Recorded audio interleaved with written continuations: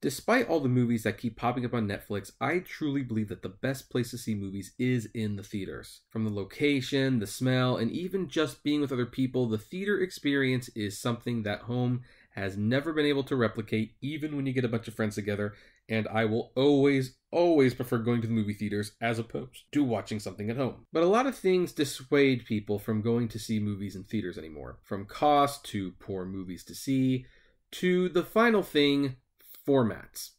Movie theaters have been introducing formats for a long time and to try to get people away from homes, but I find the format wars, as well, I call them anyway, no one calls them format wars, actually seem to confuse more customers than they do help them. So I've decided to actually take a step back, look at all the formats, and try to explain as best as I can in as short amount of time as possible what all these formats are and why you should care and why some of these cost more money than others and whether or not that money is actually worth it. So let's begin. First of all, the most common thing you are going to see in the movie theaters is digital. What is digital? Well, it's a projector. It's just the digital projector. There's frankly not a whole lot to say about this. There is nothing special about a digital projector. Pretty much all movies are shown this way. Now, if you see a listing that says this is shown in 70 or 35 millimeter film, that might be worth going out of your way to see. Film is the way movies used to be projected, and while some people might not know what that actually means, it means you hear the projector in the background, it means you get the scratches, you get the flicker. It's not as clear as digital, but there's something, how should I say, something nostalgic about the look of it. Aside from that, this is pretty much just a regular movie, so we're going to move on. The other most common thing you are going to see is Real D. Now, what is Real D? Well, Real D is the most mainstream 3D format in the world. Real D services the most 3D screens across the nation, and if you're seeing a 3D movie, chances are you're going to be seeing it in Real D. Now, some theaters will just say digital 3D, but it's pretty much the same thing. If you're seeing Real D or 3D or digital 3D, whatever it might be, you're going to be putting on glasses and watching the movie in 3D goodness. Well, sometimes. These movies are awesome in 3D. These movies are not. After 3D, the most common screen you will see is IMAX. Now, IMAX is a lot more expensive. Most tickets average about $20, but IMAX and the IMAX 3D format are some of the best screen and images you can see. Now, I should mention up front, I am an investor in IMAX, but the reason I invest in IMAX is because I do like their work. Not all their work. Unfortunately, there's this whole little asterisk next to the IMAX format in the sense that you have to be seeing it on the right screen. You can get a giant screen like at the Irvine Spectrum, Esquire IMAX, and, these things. But a lot of IMAXs are just slightly bigger screens with clear digital picture. If you can find a real IMAX screen, and you will have to do some research on what actually is a big IMAX screen and what some people have dubbed a LIMAX, you will be in for a real treat. Now, if you get a regular IMAX screen, again, you will still be getting a bigger picture with better sound, but it is not your only option. For other theaters have made IMAX Lite competitors. These include AMC's Dolby Cinema, formerly ETX, Cinemark XD, and Big D. These are all pretty much IMAX Lite screens. They have better picture, better sound. Most cases they have reclinable chairs, and they are very nice theaters. They will cost more, but you will get a much better experience. But let's say you don't want to see just a bigger screen when you go to the movies. Let's say you want to see a movie in a whole new way. Well, in that case, you want Screen X. Now, Screen X is a kind of a new updated version of the Barco Escape theater projection. Barco Escape was where they basically put 3 screens in a square-like foundation, and sometimes the picture would be on all 3 screens. Barco Escape has since pretty much gone under. I mean, the company still exists, but the format doesn't exist anymore. However, the concept was taken and made into the much improved Screen X. The idea is still the same.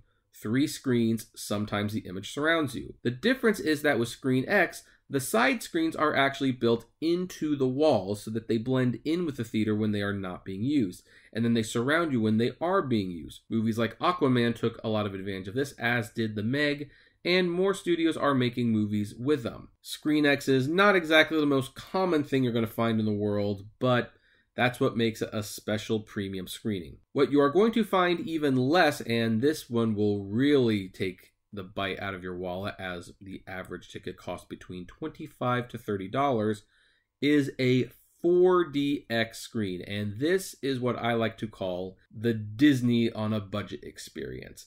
And the reason I say that is because it actually feels like you're in a Disney ride. You are watching the movie, yes, but it is also in 3D about 95% of the time. Also, the seats move, like they actually move, they tilt, they rumble, all that stuff. Also, smell. You can smell things. And they make it snow during some scenes. And they even spray mist during some water scenes. And lightning special effects surround you.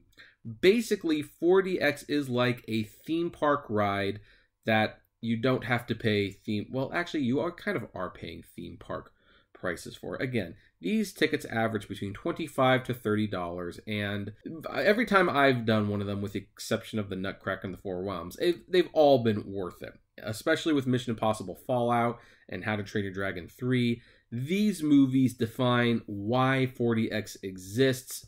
Basically, they can greatly improve the experience of the movie, but they don't come cheap. And it should be noted, in some cases, like with The Predator and The House with a Clock in its Walls, the 3D effects aren't there, and it should be noted that when you don't have the 3D, it takes away some of the immersiveness of it. I should also say that 4DX is a highly upgraded version of the D-Box. Now, D-Box was pretty much the prelude to 4DX. The seats moved, and you could control how strong the force was. I remember seeing Hannah in D-Box, but I wasn't terribly impressed with the experience because I felt that with the seat moving, it kind of just took me away from the action rather than immerse me in the action. 4DX fixed this problem by having the 3D images, the special effects, the lighting effects, and the smells, because it made it feel like a more immersive experience. Oh, before we end, I almost forgot. There is also one more theater format out there that I have actually done a full-length video on, so I'll keep this one very brief, but that is Junior by Sinopolis. And what Junior is, it's basically a kid theater experience that's suitable for very, very young kids and their parents. You have things like animals you can play with, beanbag chairs, monkey bars, tubes. They only show G and PG rated movies, and there is an intermission. Also, they sell quirky, kid-friendly themed snacks. Adults cannot go to a junior theater by themselves. They must be occupied by a child under the age of 12. And they aren't very common. There's only a few in the nation. They're more prevalent in Mexico at the moment. But if you want to take your kids to a kid-centric theater that might be more up their alley than a regular theater, Sinopolis' Junior is your best bet. Again, did a full video about this. You can check the link below or above. Now, there are other little different formats here and there, but those are the big ones. Now, my question to you is, have you seen any movies in any of these formats? Which format is your favorite? What do you prefer? Which ones have you not seen? And which ones are you interested in checking out now? I would love to know. So, comment below, like, favorite, share, subscribe. And by the way, this video was a Patreon request. So thank you, Thomas. I'm sorry this was a little late. But if you want to request a subject just like Thomas did, you can become a Patreon member below, and we have rewards for that. Plus, you would get access to my exclusive Patrons blog, which, well, obviously that's exclusive to Patreon members. And as always, flame responsibly. I'm Kevin T. Rodriguez. Have a good day.